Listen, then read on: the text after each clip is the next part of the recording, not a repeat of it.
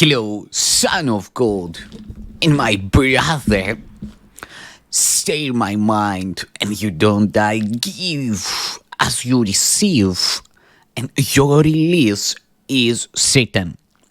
Today's teaching is the number 186 in the series How to Manifest Immortality, and the name of this teaching is Salvation of the World Depends on Me.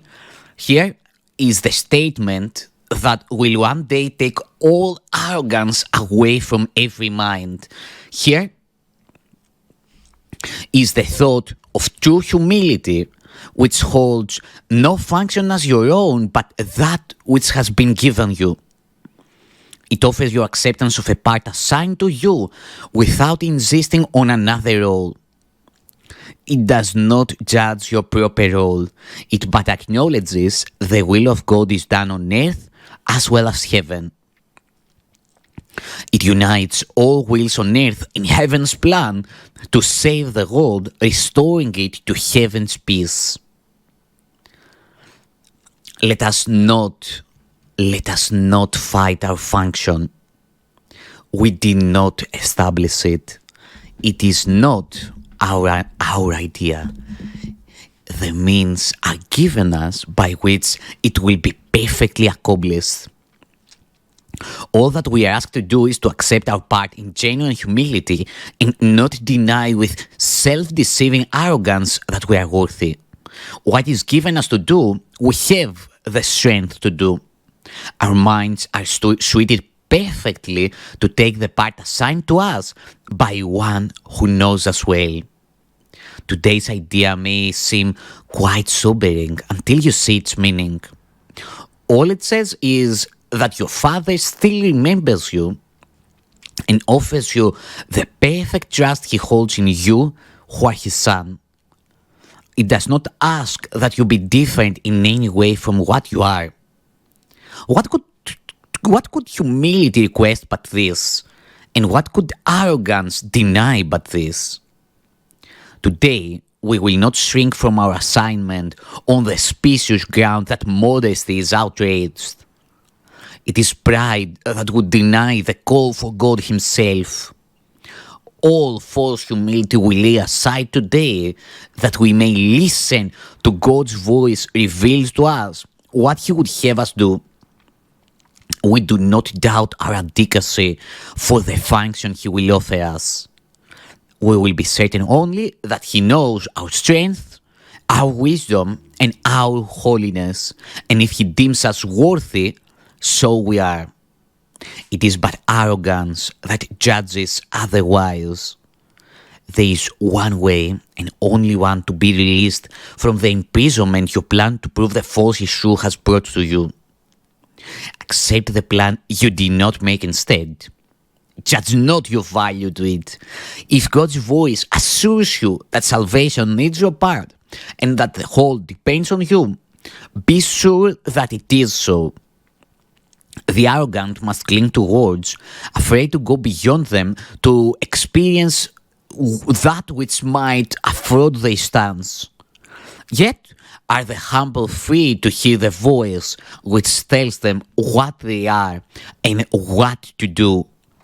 Arrogance makes an image of yourself that is not real. It is this image which quails and retreats in terror as the voice for God assures you that you have the strength, the wisdom, and the holiness to go beyond all images.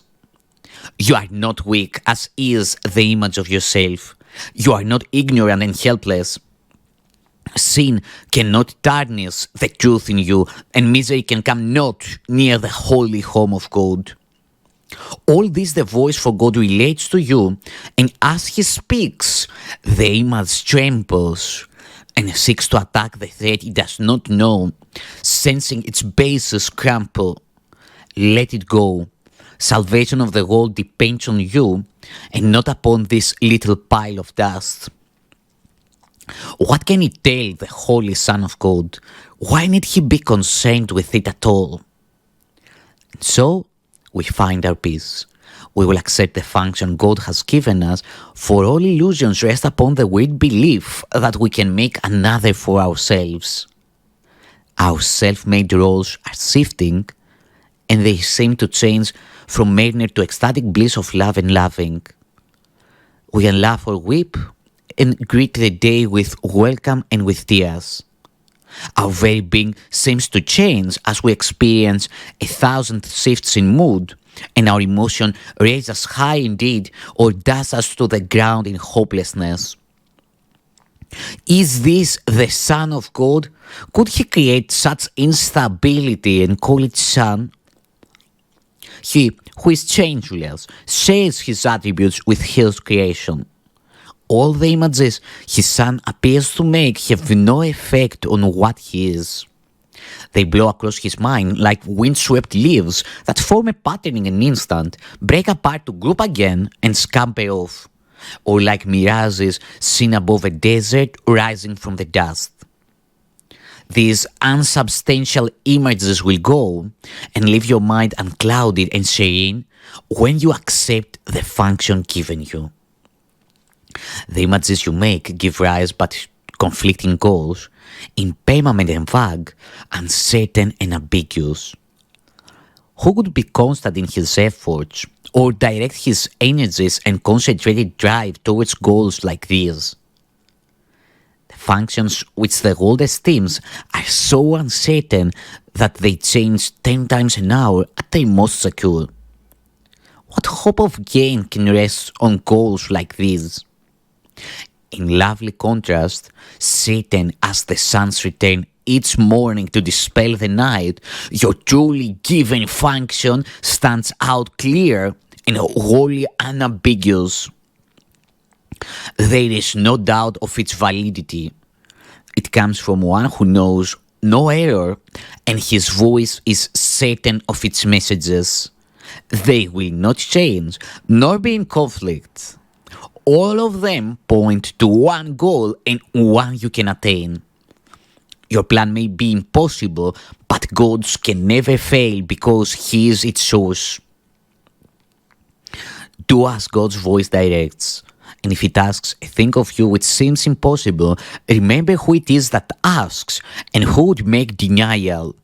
Then consider this: which is more likely to be right? The voice that speaks for the Creator of all things, who knows all things exactly as they are, or a distorted image of yourself, confused, bewildered, inconsistent, and unsure of everything?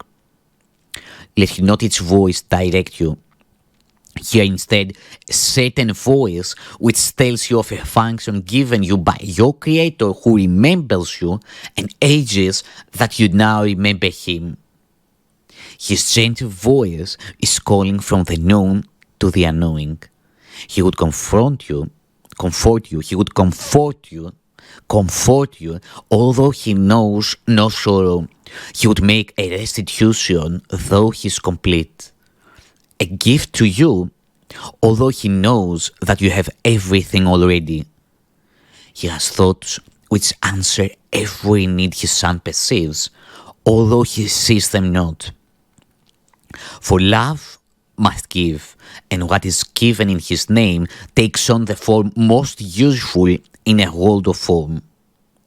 These are the forms which never can deceive because they come from formlessness itself. Forgiveness is an earthly form of love which, as it is in heaven, has no form. Yet what is needed here is given here as it is needed here. In this form, you can fulfill your function even here, although what love still means to you when formlessness has been restored to you is greater still. Salvation of the world depends on you who can forgive. Such is your function here. Thank you, Son of God.